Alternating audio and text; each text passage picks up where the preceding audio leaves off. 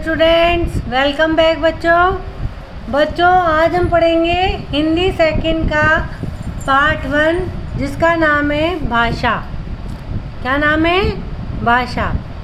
भाषा का जी बच्चों हमारे जीवन में बहुत महत्वपूर्ण स्थान है। भाषा के बिना हम जीवन की कल्पना भी नहीं कर सकते हैं। हमारे मन में क्या विचार आ रहे हैं, हम क्या सोच रहे हैं, हमको क्या बताना है मम्मी को, है ना, किस तरह से हम अपनी भावना व्यक्त करें उनके सामने। हमें भूख लग रही है तो हम मम्मी से क्या कहेंगे? मम्मी भूख लग रही है। तो हम अपने मन की बात कैसे बताएंगे? बोल के, है ना। या फिर बोल नहीं पाएंगे तो क्या करेंगे? उसको लिख के समझाएंगे, ठीक है ना। तो जब हम अपने मन के विचारों को, भावों को बोलकर या लिखकर, या तो बोलकर या लिखकर, जैसे मैंने आपको एग्जांपल दिया, मम्मी को हमको कहना है मम्मी भूख लग रही है, तो मम्मी को बिना बोले थोड़ी समझ में आ जाएगा कि तुम्हें भूख लग रही है, नहीं ना। जब आप बोलोगे तभी तो समझ में आएगा ना। भूख लग रही है तो भूख लग रही है तो भाई खाना दो, ठीक है ना। मम्मी गर्मी लग रही है तो मम्मी पंखा चला देगी, है ना, ठीक है ना। मम्मी प्यास लग रही है, पानी पीना है, तो कुछ ठंडा बना दिया या पानी पिला दिया। तो जब आपके मन में जो विचार आएंगे, जो बातें आपके मन में जो भाव आएंगे, उसका कैसे पता चलेगा मम्मी को या किसी भी अन्य पर्सन को कि हमारे मन में क्या भावना, क्या विचार, क्या बात आ रही है? जब हम उसको बोल के बताएंगे, प्यास लग रही है, भूख लग रही है, गर्मी लग रही है ना। या फिर हम उसको लिख कर बताएंगे। तो जब हम अपने भावों और विचारों को बोलकर या लिखकर दूसरे के सामने प्रकट करते हैं, दूसरे के, जैसे मम्मी को बोला, अभी मैंने एग्जांपल दिया ना, किसको? मम्मी को बताया। तो दूसरे को जब हम बताएंगे, अपने भाव विचार प्रकट करेंगे, तो जो माध्यम है इसका, अपने भावों को बताने का जो माध्यम है वो क्या कहलाता है? वह भाषा कहलाता है, ठीक है ना। अब एक बार इसकी डेफिनेशन यानी परिभाषा पढ़ देते हैं अपन। भाषा वह साधन है, साधन मतलब माध्यम है, जिसके द्वारा हम अपने विचारों और भावों को बोलकर या लिखकर प्रकट करते हैं। समझ में आया ना। जब हम अपने मन में जो भी भावना विचार आते हैं तो हम उसको कैसे प्रकट करते हैं? बोल के या लिखकर। तो भाषा वह साधन है ना, जिसके द्वारा हम अपने विचारों और भावों को बोलकर या लिखकर प्रकट करते हैं। या तो बोल के बताएंगे या फिर लिखकर बताएंगे। तो उसे क्या कहते हैं? उसे भाषा कहते हैं। अब बच्चों भाषा के रूप, भाषा के 2 रूप होते हैं, है ना। एक तो मौखिक और दूसरा लिखित। भाषा के कितने रूप होते हैं? भाषा के 2 रूप होते हैं। कितने होते हैं? 2। कौन कौन से? मौखिक भाषा और लिखित भाषा। अब आपको मैं बता देती हूँ मौखिक भाषा। आप जब रेडियो पर या किसी भी FM वगैरह जब अपन ने मोबाइल पे सुनते हो, तो वो कैसे बोलता है? मुंह से बोल के बताते हैं आपको, ठीक है ना। कोई गाना आया तो मुंह से बोल के, मौखिक, मुंह से बोला ना, मुंह से बोला तो मौखिक, ठीक है ना।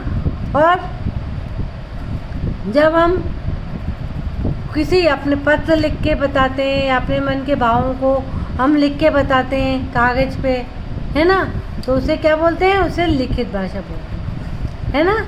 लोग जब कानों से सुनकर समझ रहे हैं तो ये मौखिक भाषा है, ठीक है ना। जैसे मैं अभी आपको मोबाइल पे बोल रही हूँ, ये क्या है? ये मौखिक भाषा है। मोबाइल पे बोल के समझा रही हूँ ना मैं आपको पीडी आपके ऑनलाइन हम जो पढ़ रहे हैं तो मैं कैसे कब बता रही हूँ? अभी मैं आपको बोल के बता रही हूँ। और अगर मैं आपको लिख के बताऊँगी तो वो भाषा हो जाएगी लिखित भाषा, ठीक है ना। अब देखो एग्जाम्पल देखो नीचे, लोग कानों से सुनकर समझ रहे हैं यानी मौखिक भाषा। नेताजी मुंह से बोलकर भाषण दे रहे हैं, है ना, मुंह से बोल के दे रहे हैं, तो ये भी क्या है? मौखिक भाषा, लिखित भाषा नहीं। ये नहीं कि इसके नीचे है तो ये लिखित भाषा है, मौखिक भाषा, ठीक है ना, क्योंकि नेताजी भाषण दे रहे हैं, लिख नहीं रहे हैं कुछ।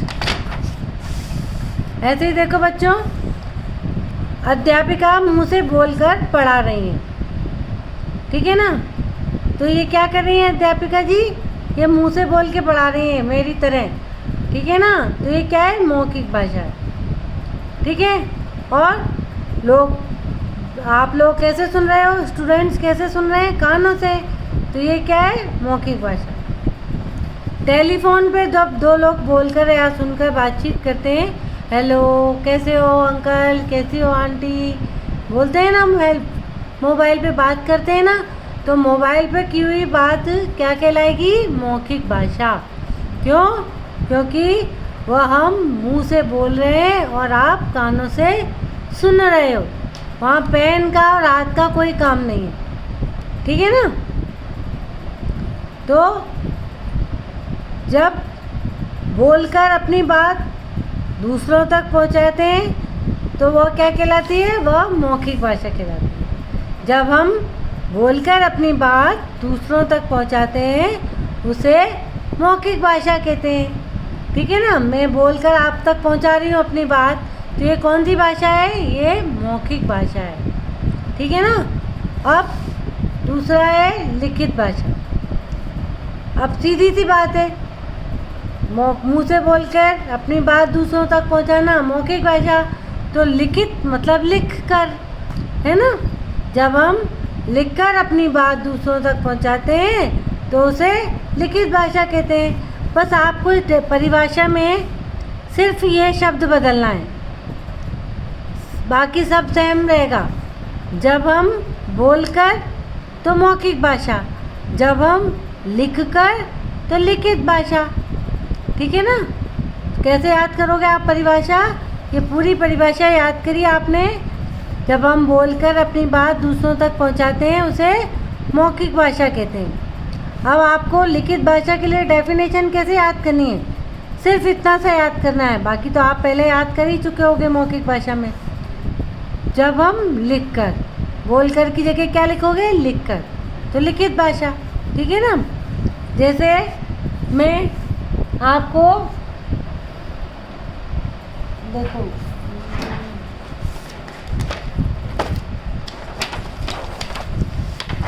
ये मैं आपको लिख रही हूँ, ठीक है ना, कमला, ठीक है ना। तो ये कौन सी भाषा है, ये लिखित भाषा है, क्योंकि मैंने आपको लिख के बताया है, ठीक है ना।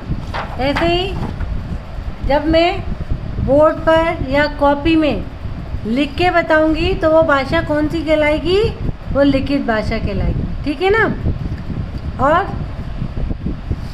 जब